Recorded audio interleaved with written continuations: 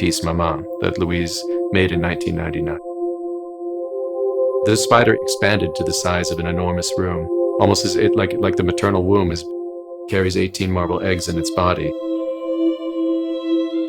Showed the eternal thread at the Long Museum, and it consists of 40 pieces, starting in the late 1940s, all the way up last decade of her life.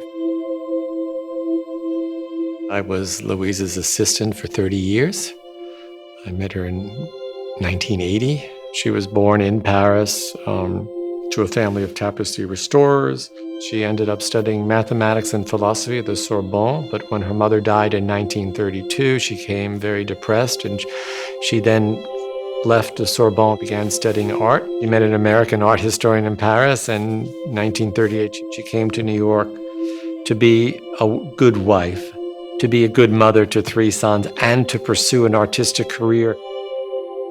Louise's father famously had a number of mistresses, including at one point when Louise was about 12, a girl named Sadie was teaching Louise English. And all the time that Louise was taking care of her mother, her father was in Paris with, a variety of mistresses. I think it was an agonizing situation for Louise. Much of the work from 1940 to the mid-1980s was really made under her feelings of hostility and rage towards her father, accompanied by an unspoken love. The early personages were carved out of wood. She said they were like people that she missed or left behind. She wanted you to come in and see them like you're entering a room, like a party full of people. The work Henriette is an emblem of a leg with a prosthetic limb. It was owed to her sister Henriette, who had a bad leg. In the mid-80s, rightly around 1990, Louise began to make a shift in her motivational impulses towards the mother, calling her to her mother to help her in her distress and her frailty. So I think she saw the spider connected to her mother, who is a weaver. And she said spiders are benevolent. They eat mosquitoes. They're a good presence to her. Louise developed this form of the cells around 1991.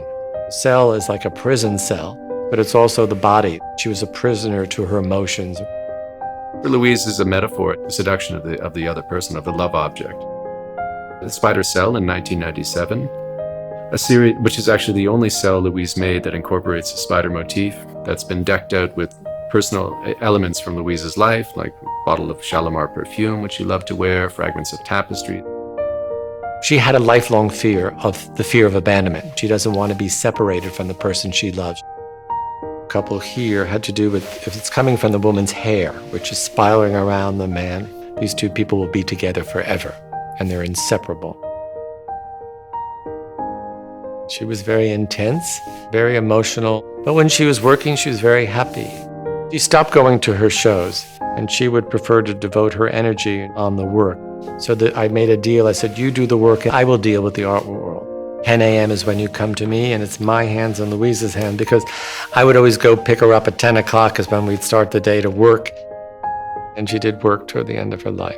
The biggest affliction she had was insomnia. So she would stay up for 3 days working, and then she would sort of crash.